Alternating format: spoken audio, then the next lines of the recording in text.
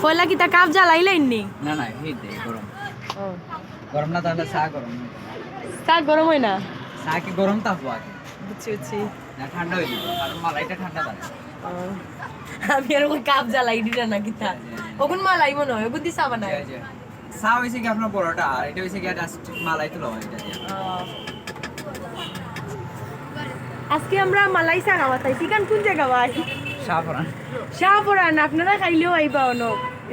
স্বপ্নর কাছে না নি? এক্সিম ব্যাংকের সামনে। এক্সিম ব্যাংকের সামনে।